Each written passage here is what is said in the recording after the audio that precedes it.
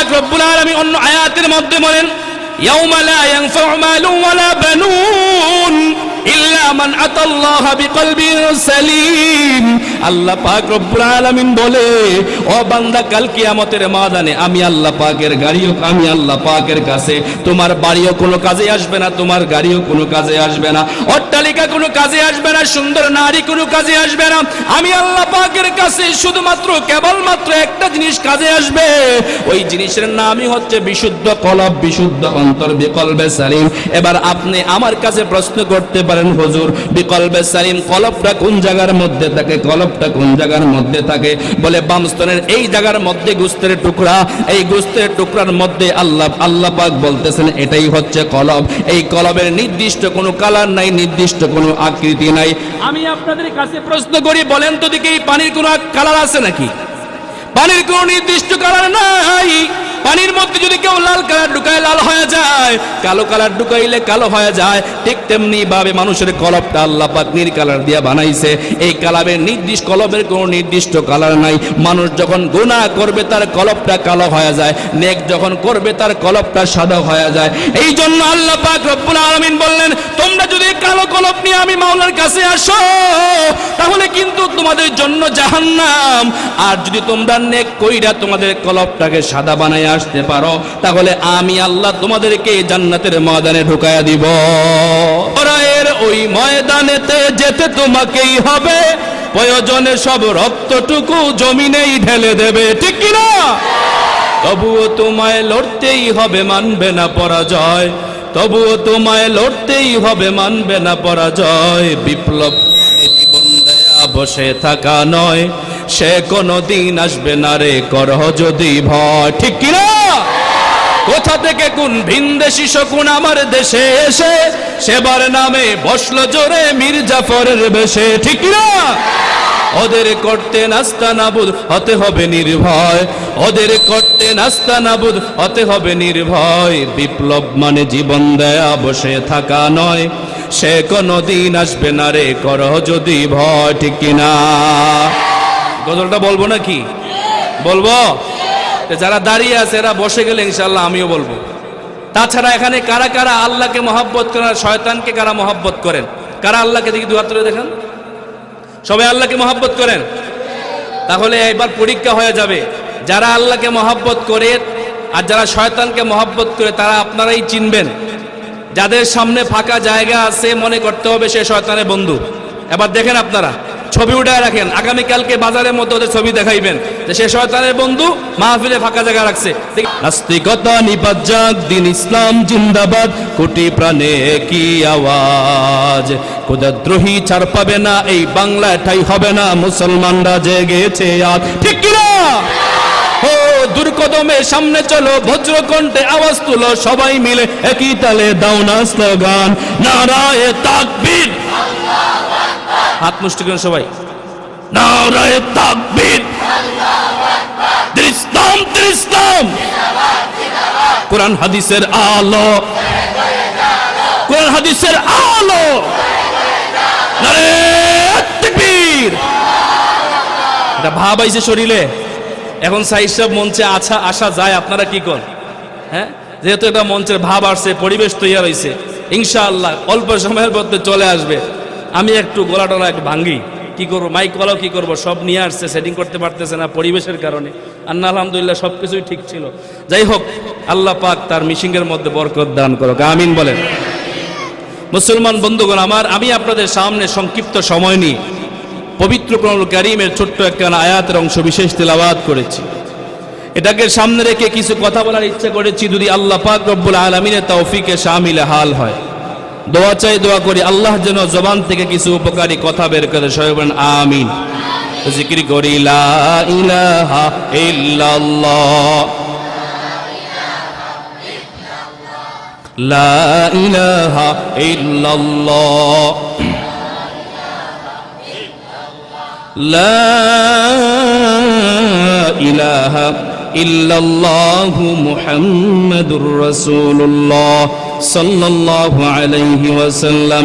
বিসমিল্লাহির রহমানির রহিম। ইয়া আইয়াতুহান নাফসুল মুতমাইন্নাহ ইরজিই ইলা রাব্বিকি রাদিয়াতাম মারদিয়াহ ফাদখুলি ফি ইবাদি ওয়াদখুলি জান্নাতি। আল্লাহ পাক রব্বুল আলামিন ডাক দিয়া বলতেছেন, হে নফসে মুতমাইন্না, ইয়া আইয়াতুহান নাফসুল মুতমাইন্না ইরজিই ইলা রাব্বিকি রাদিয়াতাম মারদিয়া। হে নফসে মুতমাইন্না নফস, তুমি তোমার রবের কাছে ফিরে আসো, তুমি তোমার রবের কাছে ফিরে আসো। আল্লাহ পাক রব্বুল আলামিন এখানে রবের কাছে ফিরে আসার কথা বলতেছেন। এই জায়গার মধ্যে দুইটা প্রশ্ন, কথাগুলো দিল দিয়া বুঝবেন মুসলমান বন্ধুরা। আল্লাহ পাক রব্বুল আলামিন বলতেছেন, ইয়া আইয়াতুহান নাফসুল মুতমাইন্না, হে নফসে মুতমাইন্না, ইরজিই ইলা রাব্বিকি রাদিয়াতাম মারদিয়া, তুমি তোমার রবের কাছে ফিরে আসো। দুইটা কথার এক নম্বর কথা, আল্লাহ পাক রব্বুল আলামিন নফসে মুতমাইন্না বইলা কাকে সম্বোধন করছেন? বলে আল্লাহ পাক রব্বুল আলামিন ওই ব্যক্তির কলবকে, নফসকে, অন্তরকে নফসে মুতমাইন্না বলে ডাক দিয়েছেন যেই ব্যক্তি আল্লাহ পাকের কথা মানে, রসুলের আদেশ মানে, আল্লাহ পাকের হুকুম মানে, রসুলের আদর্শ মানে, আল্লাহ পাকের হুকুমকে প্রাধান্য দেয়, নিজের ইচ্ছাকে খতম করে ফেলে, নিজের ইচ্ছাকে কবর খনন করে ফেলে, আর আল্লাহ পাকের ইচ্ছাকে এসে প্রাধান্য দেয়। আল্লাহ পাক রব্বুল আলামিন বলেন, ওই সমস্ত ব্যক্তির কলবটাই, অন্তরটাই, নফসটাই আমি আল্লাহ পাকের। আর আমি ওই সমস্ত আল্লাহ পাকের বান্দাদেরকে, প্রিয় বান্দাদেরকে বললাম, ইরজিই ইলা রাব্বিকি রাদিয়াতাম মারদিয়া, তুমি তোমার রবের কাছে ফিরে আসো, তুমি তোমার রবের কাছে ফিরে আসো। মুসলমান বন্ধুগণ আমার, তাহলে আমরা বুঝলাম নফসে মুতমাইন্না ওই ব্যক্তির নফসকে বলা হয় যে ব্যক্তি আল্লাহ পাকের হুকুমকে প্রাধান্য দেয়, যে ব্যক্তি আল্লাহ পাকের ইচ্ছাকে প্রাধান্য দেয়, নিজের ইচ্ছাকে খতম করে ফেলে। আমি আপনাদের কাছে একটা প্রশ্ন করি, বলেন তো দেখি, নামাজ পড়া কার ইচ্ছা? আসমানের মালিকের নাম কি? আরো আওয়াজ দিয়া বলেন, জমিনের মালিকের নাম কি? আল্লাহ পাক রব্বুল আলামিন ডাক দিয়া বলে, আমার ইচ্ছাকে খতম যারা, আমার ইচ্ছাকে যারা প্রাধান্য দিবে, নিজের ইচ্ছাকে খতম করে দিবে, তারা, তাদের কলবটা, তাদের অন্তরটা, তাদের নফসটাই হচ্ছে নফসে মুতমাইন্না। তাহলে আমরা বুঝতে পারলাম নামাজ পড়া আল্লাহ পাকের ইচ্ছা, আর আমি নামাজ না পড়া হচ্ছে আমি আমার ইচ্ছা। ঠিক কি না? রোজা রাখা কার ইচ্ছা? আর রোজা না রাখা কার ইচ্ছা? সুদ ঘুষের আড্ডায় যাওয়া কার ইচ্ছা? আর শুধু ঘুষের ইচ্ছা থেকে বাহিরে ফেলা, শুধু ঘুষের ইচ্ছা থেকে দূরে সরাইটা কার ইচ্ছা? আর কথা বলেন না কেন?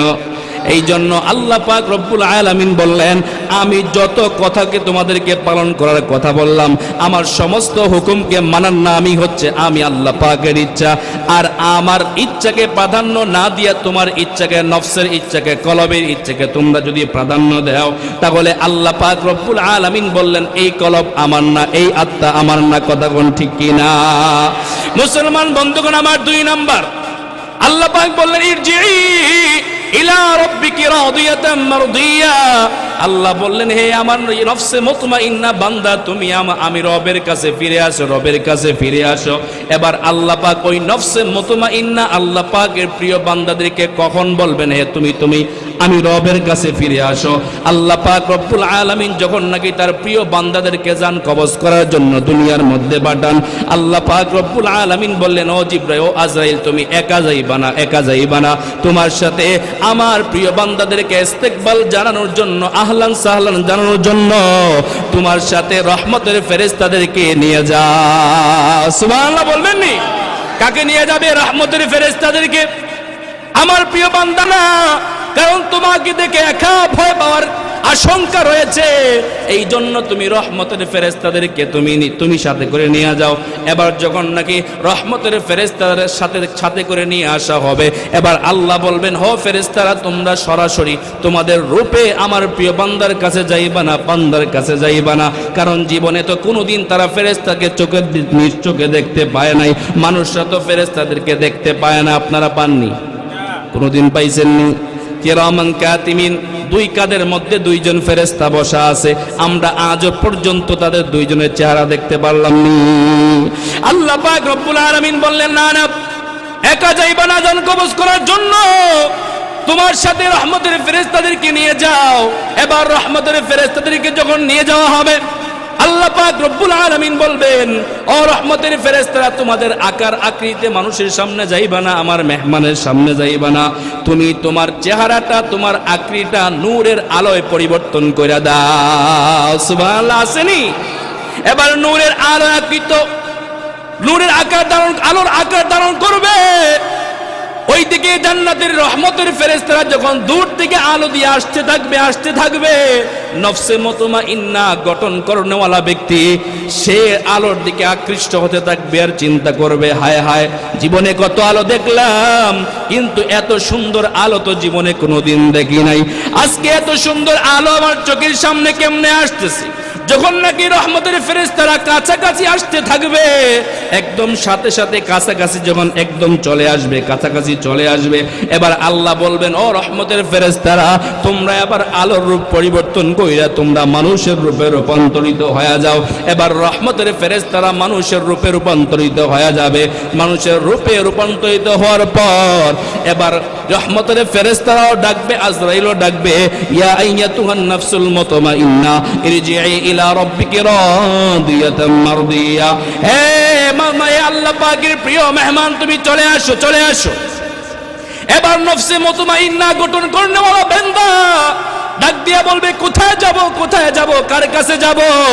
বলে, আমি আল্লাহ পাক রব্বুল আলামিন আমাদেরকে পাঠাইছেন আও তোমাকে নিয়ে ইস্তেকবাল জানাইয়া জান্নাতের ময়দানে ঢোকানোর জন্য।